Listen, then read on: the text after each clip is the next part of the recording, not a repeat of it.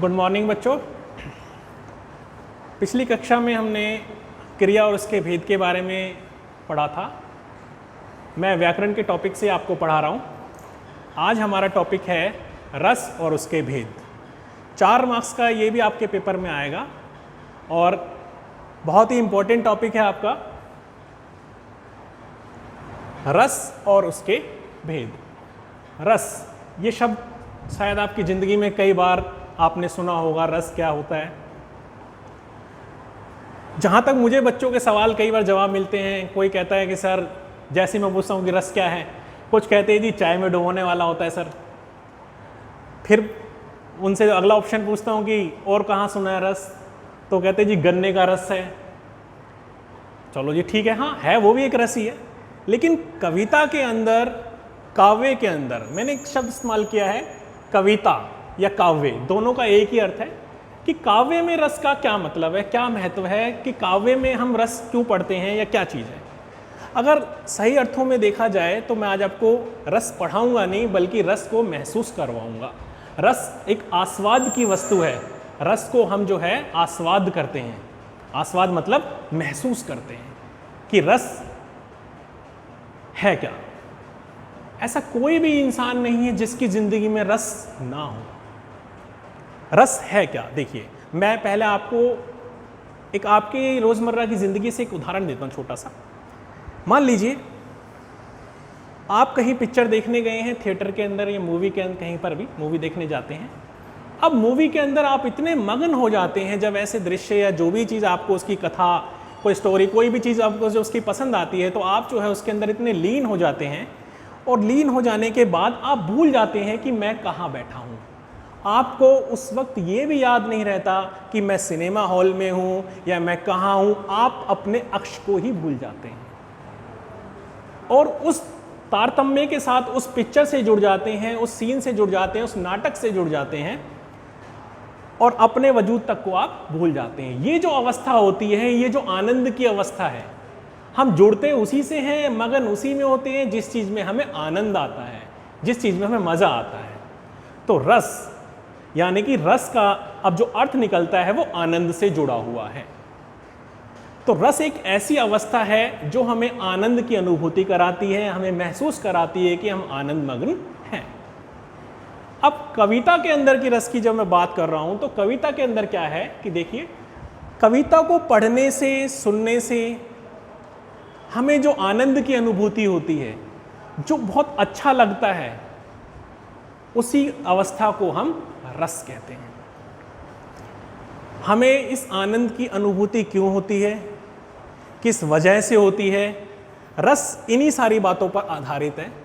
आप धीरे धीरे, मैं इस टॉपिक को आपको जैसे जैसे समझाता जाऊंगा, आप बड़े ही अच्छे तरीके से समझेंगे और महसूस करेंगे कि ये हमारे अंदर से ही उत्पन्न होता है, कहीं बाहर से नहीं आता। और किस तरीके से हमें आस्वाद होता है, किस तरीके से हमें महसूस होता है, उसके बारे में मैं आपको बता रहा हूँ। तो सबसे पहले मैं आपको इसकी परिभाषा की तरफ लेकर चलता हूँ। आइए देखते हैं। देखिए, रस काव्य को पढ़ने सुनने से उत्पन्न होने वाली आनंद की अनुभूति को रस कहते हैं। यानी कि जब हम कविता को पढ़ते हैं या सुनते हैं तो उसके बाद जो हमें आनंद मिलता है, उस अनुभूति का नाम रस है, जिसको आप अपने साधारण शब्दों में कहते हो बहुत मज़ा आया। किसी चीज़ को, किसी पिक्चर को देखने के बाद, ऐसे ही इस कविता को सुनने के बाद, आपने हास्य रस की कविता सुनी, आपको बहुत अच्छी लगी, आपने वीर रस की सुनी। ऐसी बहुत सारी कविताएं हैं जो पढ़ भी रहे हो, सुन भी रहे हो। जैसे हम सुनते थे, खूब लड़ी मर्दानी वो तो झांसी वाली रानी थी, बुंदेलो हर बोलो के सुनी मुँह सुनी हमने कहानी थी। इस तरीके की बड़ी वीर रस की कविता थी, तो हमें पढ़ने में भी बड़ा आनंद आता था। तो ऐसी अवस्था में हम उसमें मग्न हो जाते थे, वो रस की अवस्था कहलाती है। तो रस का मतलब है उसमें आनंद, उसके आनंद को महसूस करना, उसमें लीन हो जाना, उसके साथ तारतम्य स्थापित हो जाना हमारा। तो रस आपको पता चल गया कि कविता को पढ़ने से, सुनने से जो हमें आनंद की अनुभूति हो रही है वो रस है। अब बात करते हैं रस के अंग। कैसे, आप सोचते हो कि जी हमने ये सीन देखा और हंसी आ गई, लेकिन वो आई कैसे, उसकी एक प्रक्रिया है, पूरी प्रोसेस है। उस प्रक्रिया के विभिन्न चरण हैं, कैसे आपके अंदर रस आया, कब बना, क्यों बना, कैसे बना, और कैसे आपको एकदम से आपने कोई जोकर देख लिया, आपको हंसी कैसे आई, या आपने कोई ऐसा हंसी मजाक का सीन देख लिया, फिर आपकी हंसी बनी कैसे, ये चीज़ हम आपके बारे में बात करेंगे कि आपको ये रस की अनुभूति हुई कैसे वास्तव में किसी भी चीज़ में। देखिए, सबसे पहला हमारे रस के अंगों में सबसे पहला जिनसे मिलकर बनता है, सबसे पहले आता है स्थायी भाव। स्थायी मतलब परमानेंट। हर व्यक्ति के हृदय में स्थायी भाव स्थायी रूप से विद्यमान रहते हैं। यहाँ लिखा है सहृदय के हृदय में स्थायी रूप से रहने वाले भाव को स्थायी भाव कहते हैं। सहृदय का मतलब है वो आदमी जो भावुक है, जिसके अंदर भाव है, जिसके मन में, हम उसकी बात कर रहे हैं। उसके हृदय में वासना रूप से, वासना रूप का मतलब होता है परमानेंट, जो उसके प्रति जो भाव हैं ये हमारे मन में हमेशा विद्यमान रहते हैं, ये कभी नहीं मिटते। संसार का कोई व्यक्ति ऐसा नहीं है जिसके अंदर ये भाव ना हो, सबके अंदर है। इन स्थायी भाव के बारे में मैं आपको आगे जा करके यहाँ पर डिटेल में थोड़ा समझाऊंगा। पहले मैं आपको बता रहा हूँ कि क्या चीज़ है। मान लीजिए स्थायी भाव है मेरे मन में हास। ऐसा नहीं है कि मुझे हंसी आती, ये भाव मनोभाव हमारे मन में परमानेंट रूप से रहते हैं, तो स्थायी भाव हमारा है हास। इसके बाद है विभाव। विभाव का मतलब है कारण, यानी कि हमारे मन में जो स्थायी भाव पहले से परमानेंट है उसको बाहर निकालने वाले कारण।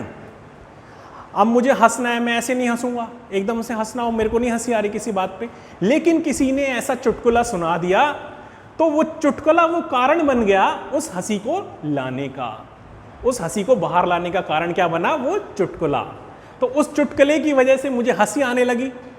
एकदम तो हंसी नहीं आई, तो वो जो कारण बना, जो उसका कारण है मेरी हंसी का, जो अंदर से ला रहा है उस हंसी को, हंसी मेरे अंदर ही है लेकिन उसे बाहर लाने वाला कारण वो चुटकुला है, तो चुटकुला हो जाएगा आपका विभाव और हास हो जाएगा आपका स्थायी भाव। ठीक है, जो परमानेंट अंदर से है। अब बात करते हैं अनुभाव। अनुभाव क्या होता है कि जो स्थायी भाव है उसके बाद पैदा होता है अनुभाव, यानी कि स्थायी भाव के बाद हंसी मेरे मन के अंदर पहले से ही है, मैं हंसना चाहता हूं लेकिन कोई वजह नहीं मिली, किसी ने अचानक चुटकुला सुनाया, वो कारण बन गया, विभाव हो गया। अब अनुभाव क्या होगा?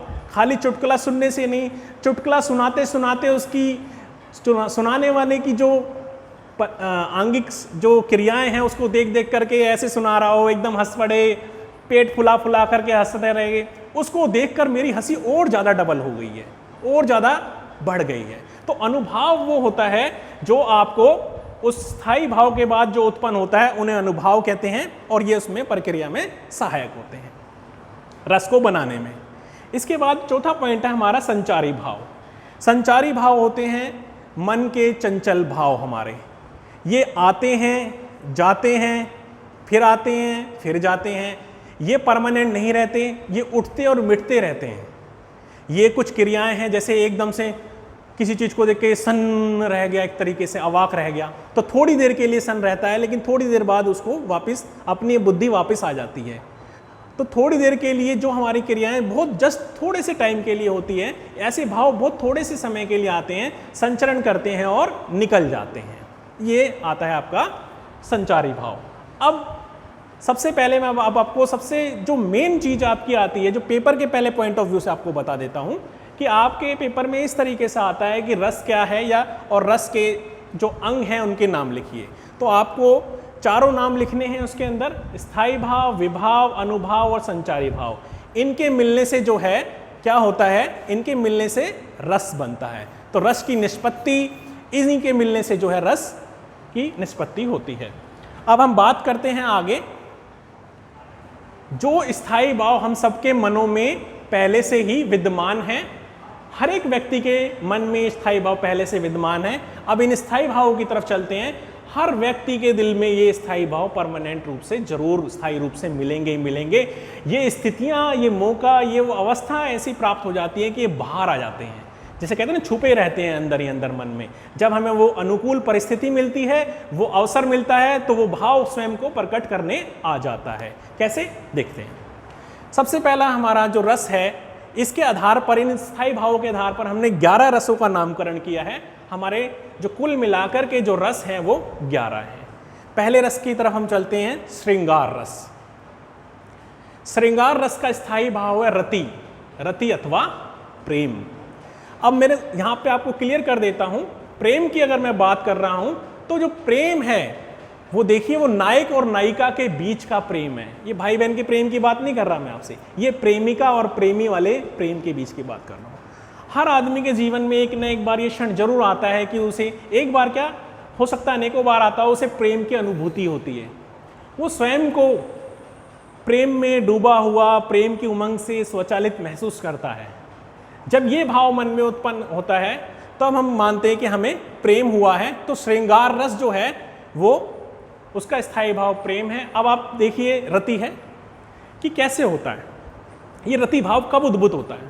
आपने अक्सर देखा होगा, आप लोग भी कई बार जाते हैं, कई बार शादियों में, पार्टियों में जाते हैं या कहीं और चले जाते हैं, कहीं घूमने चले गए, आपका विपरीत लिंग के प्रति आकर्षण हो गया किसी से और आप जो है उसके बारे में सोचने लगे, आपको वो पसंद आने लगा, आप डूबने लगे, आकर्षण बढ़ता गया।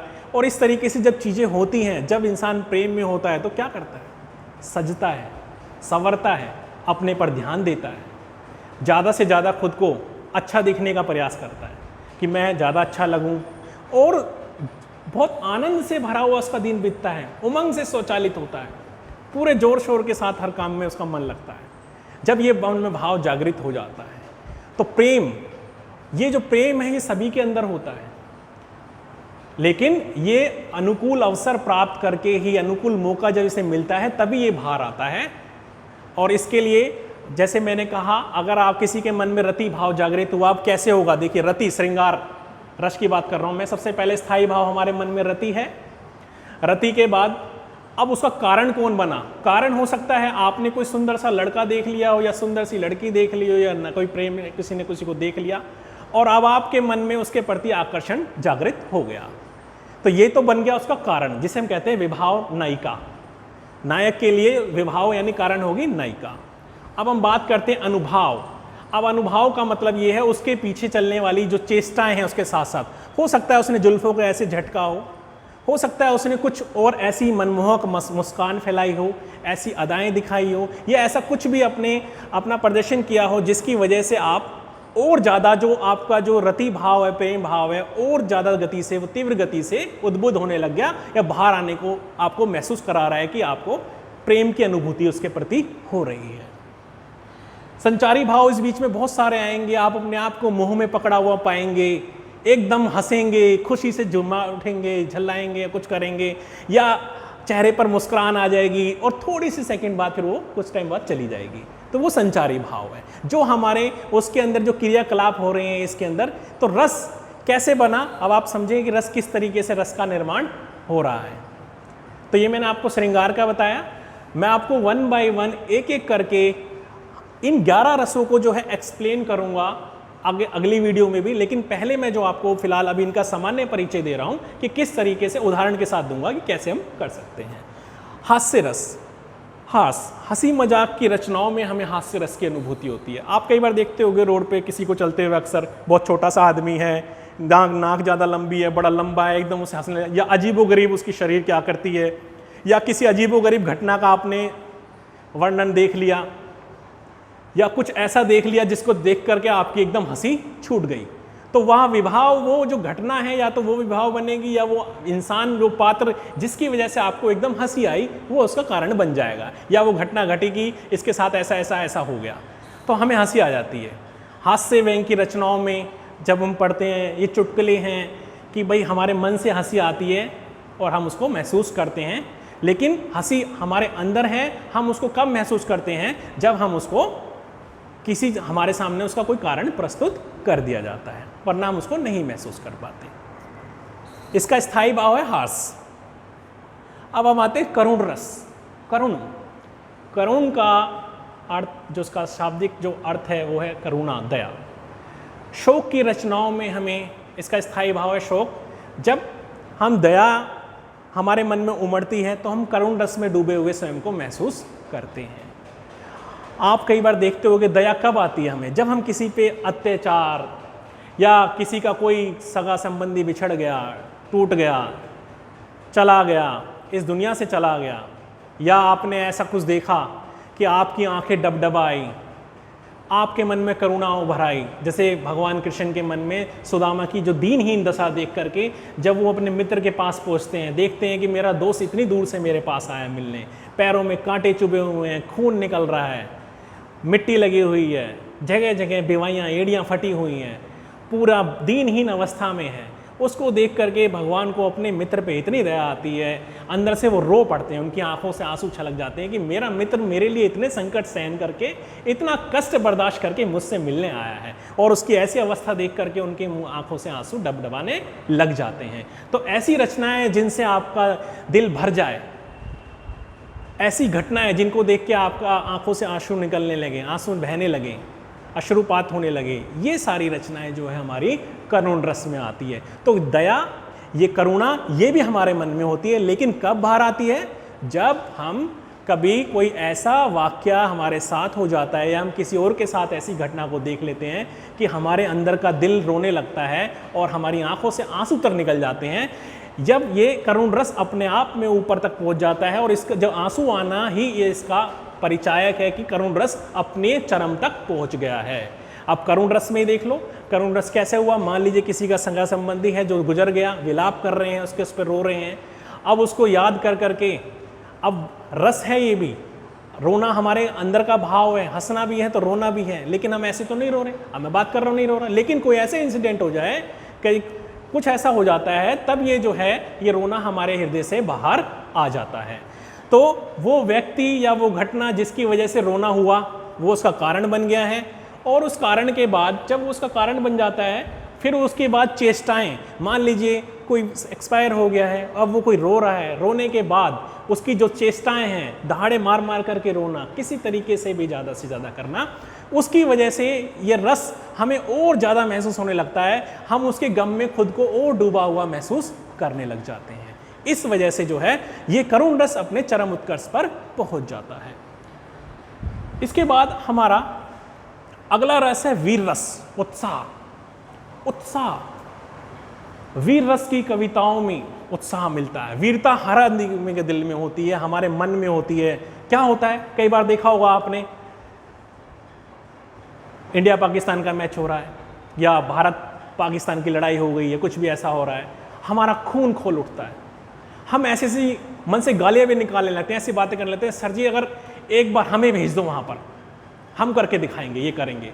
या वीरता हमें क्या दिखाई देती है, मैं आपसे कहूँ कि आपके स्कूल का टूर्नामेंट हमने दूसरे स्कूल के साथ मैच करवा दिया, आप कहोगे सर एक मौका मिले मैं सर हरा दूंगा, अपने स्कूल का नाम रोशन करके आऊँगा। आपके अंदर जोश, उमंग, उत्साह, जब ये रस जागृत होता है तो होता क्या है बेसिकली, आप ध्यान से देखेंगे, जैसे आपके अंदर वीर रस जागृत होता है, आपकी अवस्थाएं बदल जाती है, आपके हाथ की स्थिति टाइट हो जाती है, आपका शरीर अकड़ जाता है, आपकी बॉडी लैंग्वेज स्ट्रांग हो जाती है। जैसे आपके अंदर वीर रस का संचार होता है, जैसे आपके अंदर उत्साह की बात होती है, आपको किसी उत्साहित काम करने के लिए कह दिया जाए, हमारे सैनिक भी जो है बड़े वीरता के साथ लड़ते हैं, क्योंकि उनके अंदर उत्साह है, जज्बा है अपनी देश सेवा का, इसलिए वो वहाँ पर देश की रक्षा करने के लिए सीमा पर तैनात हैं, इसी उत्साह के साथ वो लड़ते हैं।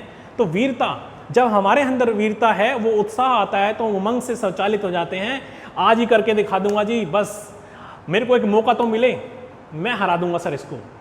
आप अंदर का आपका उत्साह जागृत हो जाता है।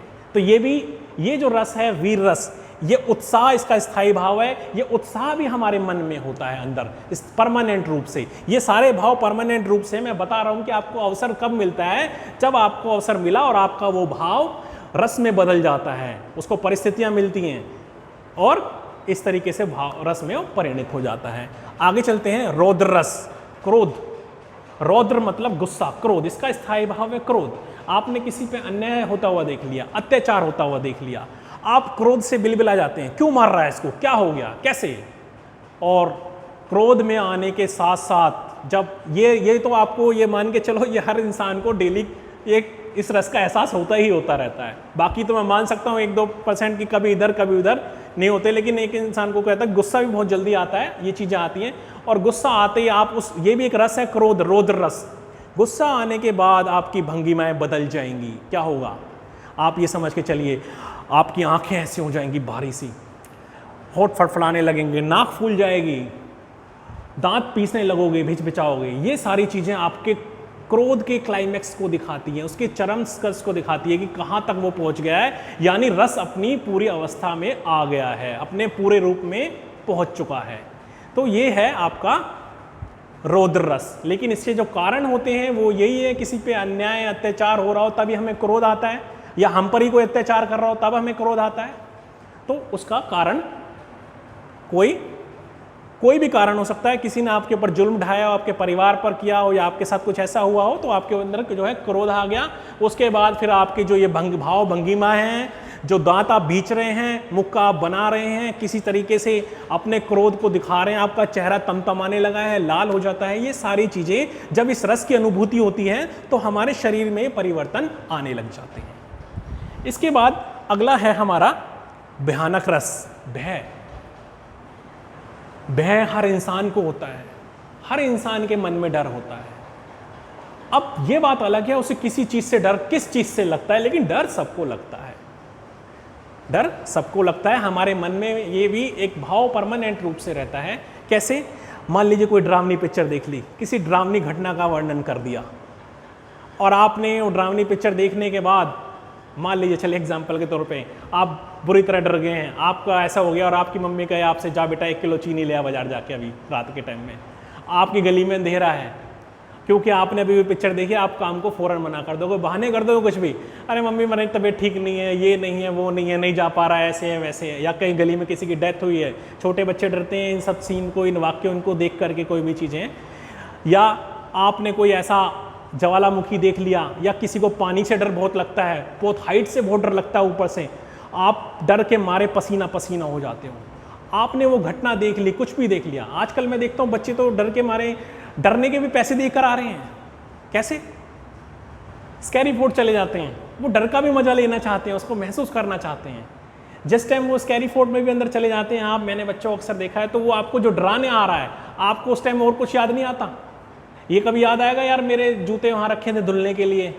जिस टाइम रस की अवस्था आएगी, आपको कोई और बात याद आ ही नहीं सकती उस वाक्य के अलावा।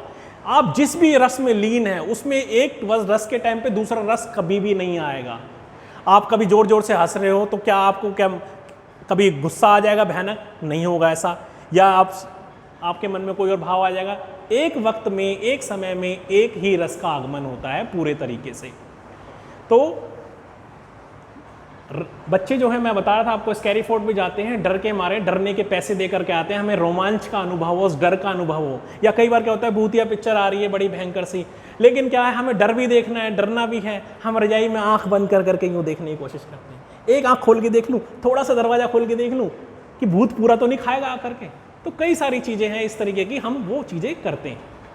ये भी हमारे मन में होता है, और ये भी उस स्थिति को पा करके, उस परिस्थिति को पा करके बाहर आ जाता है। किसी भूतिया किले में आपको ले गए, अंधेरी जगह, आपको सर हमारे साथ साथ चल लो, बच्चे कहते हैं मम्मी पापा के साथ साथ साथ साथ रहो, डर लग रहा है, थोड़ा सा आगे पीछे क्यों चल रहे हो, ऐसे पकड़ के चलेंगे, क्योंकि अब वो कारण बन गया, वो भूतिया महल, वो माहौल, वो रात का अंधेरा, ये सब अनुभव में आ जाती हैं क्रियाएँ, वो चमगादड़ों का निकलना, बिल्ली का रोना, ये सारे जो उस डर को बढ़ा रही हैं क्रियाएं, आपके डर को पैदा करने वाले को और ज़्यादा क्लाइमैक्स तक लेकर आ रही हैं। तरह तरह की आवाज़ें आ रही हैं, छन छन छन छन कुछ बज रहा है, ये जितनी भी चीज़ें हैं, ये इस डर को उसके चरम जो है शिखर तक ले जाती हैं। तभी हमें उस डर की ऐसी अनुभूति होती है कि हमारे जो संचारी भाव में क्या होता है, जब मैं बता रहा था थोड़ी देर के लिए आते हैं, हमारे पसीने छूटने लगेंगे, कपकपी छूटने लगेगी डर के मारे, ऐसा होता है अक्सर। ये डर हमें जब भी होता है, अक्सर आपने देखा होगा, मैं आपको फिर एलाबोरेट भी करूंगा, एक्सप्लेन करूंगा। कई बार हम कहीं किसी गली से निकल रहे हैं और हमें पता है इस गली में कोई कुत्ता रहता है, और जैसे इस घर के बाहर से निकलते हैं सबको काटता है, आप बड़े ध्यान से डर, और गलती से वो आपके पीछे पड़ गया तो आपके दिल की धड़कन इतनी तेज तेज हो जाएगी, आप बस ऐसे भागेंगे, चौथा, पाँचवां, छठा, आठवां कदम रखते हुए बड़ी स्पीड से भागेंगे, और उसके बाद भी आपको देखेंगे आपका शरीर में कपकपाहट है, आपको उस कुत्ते का डर है कि पीछा कर रहा है कहीं मेरा उस तरीके से आ तो नहीं गया। तो ये डर किसी भी चीज़ से, किसी भी तरह का, किसी प्रकार का हो सकता है, ये भी हमारे मन में स्थायी रूप से रहता है। अगली बात करते हैं विभत्स रस, जुगुप्सा। इसका जो स्थायी भाव है जुगुप्सा, जुगुप्सा यानी कि घृणा। हमारे मन में कई बार किसी घृणित दृश्य को हम देख लेते हैं, घृणा भरे दृश्य को, किसी घटना को सुन लिया ऐसा कि आपको कहता है सर नहीं, थूकने का मन कर रहा है आपका, इस तरीके का माहौल हो गया कि आप कहना चाहते हैं नहीं नहीं और नहीं, बस बस बस बस। क्या हुआ, मान लीजिए आप रास्ते में से जा रहे हैं, आप मान लीजिए, ये सब एग्जांपल देता हूँ आपको, आप चाउमीन लेकर के जा रहे हैं, रास्ते में आप चलते रहे, अचानक आपके पैर के पास एक बड़ा सा चूहा मरा पड़ा है, उसके अंदर लच्छे से उसके बने हुए इस तरीके से पिसा हुआ पड़ा हुआ है, उसके अंदर से जो है उसकी नसें वसें सब बाहर आ रही, खून वून, उसका मुंह इस तरीके से कुछ ऐसा हो रहा है। वहीं आपकी चाउमीन भी आपको उसमें थैली में दिखाई दे रही है। अब आप वो जब भी वो चाउमीन खाएंगे, एक बार को हो सकता है अगर आपने इस चूहे को याद कर लिया, आपको उल्टी आ जाएगी इस तरीके से, या मैं आपको उसकी तुलना करने लगूंगा, चाउमीन में भी वही लच्छे से हैं जो उसके शरीर से निकल रहे थे, इस तरीके का मरा हुआ चूहा, छिपकली, या कोई ऐसी मार काट खून पा खराबा देख लिया आपने, या ऐसा कुछ भी घृणित दृश्य देख लिया जिसको देख करके आपको लगा, आप कई बार देखा, आप कोई भी, हम ऐसा कुछ भी मरा हुआ जानवर कोई भी चीज़ देख लेते तो ऐसे उसकी तरफ देखते हैं प्यार से? नहीं, कभी नहीं देखते। ऐसे देखते समय हमारा मुंह ही हो जाता है, एक्सप्रेशन बदल जाते हैं, और ऐसे करके चुपचाप हम निकल लेते हैं। तो अक्सर ऐसा होता है। ये घृणा भी हमारे दिल में बसी होती है, ये घृणित घटनाओं को देख करके, घृणित वस्तुओं को देख करके, इन सब चीज़ों को देख करके ये हमारा जो विभत्स रस है इसकी, ये अपने क्लाइमैक्स तक पहुंचता है इन सब चीज़ों के मिलने से, इन चारों तत्वों के मिलने से, और हमें इस रस की प्राप्ति हो जाती है। फिर बात करते हैं अद्भुत रस, विस्मय। अद्भुत का मतलब ही है हैरान कर देने वाला, इसका स्थायी भाव है विस्मय। कैसे करता है? जब हम किसी हैरान करने वाली वस्तुओं को देख लेते हैं। कई बार हम देखते हैं, क्या देखते हैं, इतनी हाइट पर रस्सी पर कोई चल रहा है, हम कहते हैं अबे यार कैसे चल रहा है, हमारी आंखें, हम चेहरे पे यूँ हाथ लगा लेते हैं, इस तरीके से सोचते हैं कि कितनी हैरानी से भर गए हैं, अबे ये कैसे हुआ, इतनी लंबी जंप, बड़े बड़े शब्द निकलते, ओ तेरे की, और ऐसे हैरानी भरे चौंक से जाते एकदम से उसके इस करतब को देख करके। हम ऐसा सोच बैठने लगते हैं कि यार ये तो वाकई सरप्राइजिंग था, बहुत हैरानी भरा करतब देखा किसी का ऐसा कि ऊपर से नीचे तक छलांग लगाई, हवा में तैर रहा है, हवा में उड़ता जा रहा है, और पानी से ऐसे निकल करके आया, कुछ भी ऐसा करतब किसी का हमने देख लिया, और उसको देखने के बाद हमारी हैरानी की सीमा पार हो जाती है, आश्चर्यचकित रह जाते हैं हम। तो हमें वहाँ क्या महसूस होता है? वहाँ पर हमें अद्भुत रस की प्राप्ति हो जाती है। आगे बात करते हैं शांत रस, निर्वेद। इसका स्थायी भाव है निर्वेद। निर्वेद से मेरा मतलब है वैराग्य। शांत रस कब आता है? एक अवस्था ऐसी आती है हमारे मन में जब हम ये सोचते हैं कि ये संसार मिथ्या है, सब बेकार है, तुच्छ है, हमें कुछ नहीं चाहिए, कुछ नहीं करना है। मन में एक अजीब सा वैराग्य उत्पन्न हो जाता है हमारे, इस संसार को छोड़ देने की मन में बार बार बातें आने लग जाती है। शांति चाहता है, ना धन के पीछे भागना है, ना मोह के पीछे, ना माया के पीछे, किसी चीज़ के पीछे नहीं, शांत रहना चाहता है मन हमारा, इन सब चीज़ों से ऊब जाता है। तब हमारे मन में जो वैराग्य की जब ये उत्पन्न होती है, जो ये उत्पत्ति होती है, ये निर्वेद भाव की उत्पत्ति होती है, जो आगे चल के रस की अवस्था में परिणित हो जाता है इन चारों तत्वों के मिलने से। फिर हमारा हृदय शांति की तरफ प्रवृत्त हो जाता है। वात्सल्य रस, 10वां रस है आपका वात्सल्य रस, जो अभी ऐड किया गया है। वात्सल्य का मूल भाव है वत्सल। कब दिखाई देता है हमें वत्सल? देखिए, ये जो रस है ये है बच्चों के प्रति प्रेम। बच्चों के प्रति प्रेम ये भी हर इंसान के मन में होता है, चाहे कैसा भी हो बच्चा, किसी की भी चीज़ का हो। मैं आपसे कहता हूँ, चाहे जानवर का बच्चा हो, चाहे वो इंसान का बच्चा हो, बच्चा सबका अच्छा लगता है। आप कभी भी देखना, चिड़िया का बच्चा हमारे मन में बड़े उसके प्रति भाव आते हैं, उसको अपने हाथ पे उठाते हैं, दाना डालते हैं, कुछ करते हैं। खरगोश का बच्चा, बिल्ली का बच्चा, बच्चे से किसी की कभी दुश्मनी नहीं होती, बच्चे सबके अच्छे लगते हैं। तो बच्चों के प्रति जो प्रेम है हमारे मन में वो भी रहता है, और जब बच्चों के प्रति प्रेम आता है तो क्या होता है, हम खुद बच्चे बन जाते हैं। बच्चा होगा ना, उसको देख करके उसकी भाषा, अपनी भाषा छोड़ करके हम उसकी भाषा में मगन हो जाते हैं, क्योंकि हमें उसके साथ प्रेम करना है, प्यार करना है। ज़बरदस्ती इसको उठा लेंगे, चूमने लग जाएंगे बड़े, और वो मना भी करता रहेगा, लेकिन नहीं, क्योंकि हमारे अंदर का वात्सल्य बाहर आ रहा है। हम उसकी भाषा में तोतली बात करेंगे, तातल्ला है भाई, तातल्ला है, क्या हो गया, इस तरीके से, ओ किसने माला, ऐसे ऐसे बहुत सारे शब्द कहेंगे, बाबू मारा, आ जाओ, बहुत बहुत पुचकारेंगे, बहुत बहुत करेंगे। हम वो व्यापार करने लगते हैं, हम उस भाषा में बात करने लगते हैं जो हमारी है ही नहीं, क्योंकि हम उस बच्चे के लेवल पर आ जाते हैं। हमारा प्यार, वो वात्सल्य जो भाव है वो उनके प्रति निकल करके बाहर आ जाता है, और हमें वो बहुत महसूस होता है, बहुत ज़्यादा हम उसको अनुभव करते हैं। और जब तक हम इतना क्लाइमैक्स तक पहुंच जाता है, हम चाहते हैं उस बच्चे को भाग करके अपनी गोदी में ले लें, उसको चूम लें, और उसकी तोतली बोली में हम बात करने लगते हैं। इस तरीके से हमारा वात्सल्य रस है, ये भी परिपूर्ण होकर हमें रस की स्थिति में ले आता है। उसके बाद हम बात करते हैं अगला, और हमारा आखिरी रस है जो है वो भक्ति रस। श्रद्धापूर्ण प्रेम ईश्वर के प्रति, ये इसका स्थायी भाव है। भक्ति रस, ये भगवान के प्रति प्रेम के अंदर है। जब इंसान का मन मोह माया से हट करके भक्ति की तरफ प्रवृत्त हो जाए, भगवान के उसमें ही डूबा रहे, मन करे भगवान को ही चाहने को उसका मन करता रहे, भगवान की ईश्वर की भक्ति में वो लीन हो जाए, तब इस जो है भक्ति रस हमें आस्वाद होने लगती है और आदमी धर्म कर्म के कामों में लग जाता है, अपने भगवान के ईश के भजन भी करता है सुबह शाम, उसके दिखाए गए रास्ते पे चलने का अनुसरण करता है, उस भक्ति को प्राप्त करने का अनुसरण करता है, तब जा कर के जो है भक्ति रस में आदमी डूबा। हमारे जितने भी कवि हैं, प्राचीन कवि हैं जो भक्ति में डूबे हुए दिखाई देते हैं, तुलसीदास जी हैं राम भक्ति में, सूरदास जी हैं कृष्ण भक्ति में, इस तरह के सारे जितने भी हमारे वो कविगण हैं वो सब भक्ति रस में डूबे हुए दिखाई देते हैं। आज मैंने आपको ये सारे रस के, अभी रस का एक सामान्य परिचय आपको दे दिया है मैंने, कि रस किसे कहते हैं, आनंद की अनुभूति को रस कहते हैं। काव्य को यानी कविता को हम जब पढ़ते हैं या सुनते हैं हमें अच्छी लगती है, उसको हम कहते हैं रस।